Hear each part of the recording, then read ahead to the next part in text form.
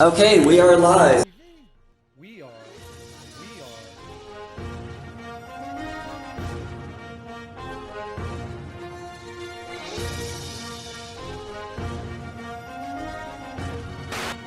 Hi, I'm Joel Furchess for the Mentionables, and today we're going to continue to look at 10 questions to ask every Christian.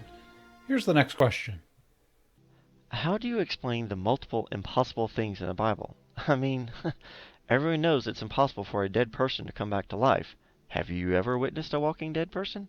How is Jesus any different than any other story about zombies? Number 6.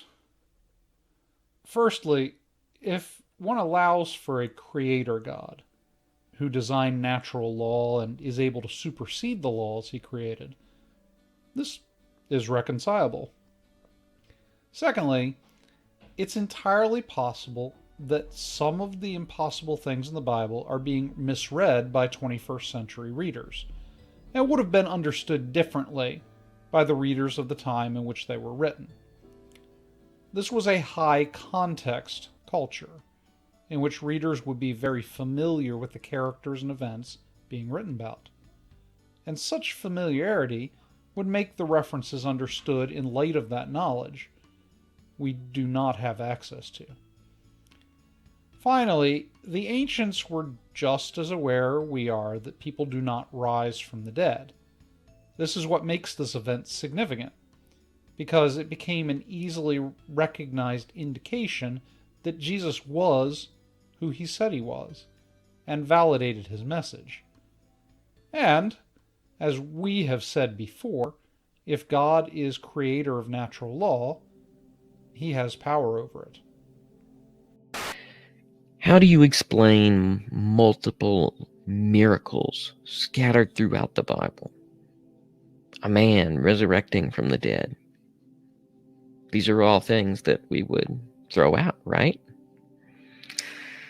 Only if we ruled out miracles before we considered them. So, as we discussed in the last question, in question 5, if we don't rule out miracles a priori, then we have to at least acknowledge they are possible, even if we only turn to them as a last resort. I'm by no means suggesting we should consider all miracle claims valid, or that we should even consider them as the first option in things. But if we've exhausted reasonable explanations, it may be worth considering that a miracle has occurred. But if miracles are possible, then we shouldn't write off the Bible's claims without at least testing them a little bit. Speaking of testing miracles within the Bible, there are multiple well-attested historical facts that are only best accounted for by Jesus' actual physical resurrection versus the many other possible explanations we have. The facts surrounding the resurrection of Jesus cannot be accounted for by naturalistic explanations. This is just the simple, historically accounted for facts that surround it. Look up the minimal facts argument by Gary Habermas or by Mike Licona. They've done so much research on this topic that it becomes an account that's very hard to write off, saying that there's a naturalistic explanation for this historical event that occurred. Now, it's not to say that there's no possible explanation, but if the most reasonable explanation we have for something that's well attested in history is something that's supernatural, and miracles and supernatural events are possible today,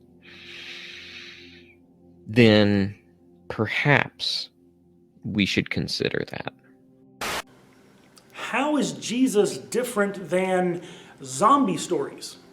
Well, for starters, the zombie stories are fiction, and Jesus actually did come back to life.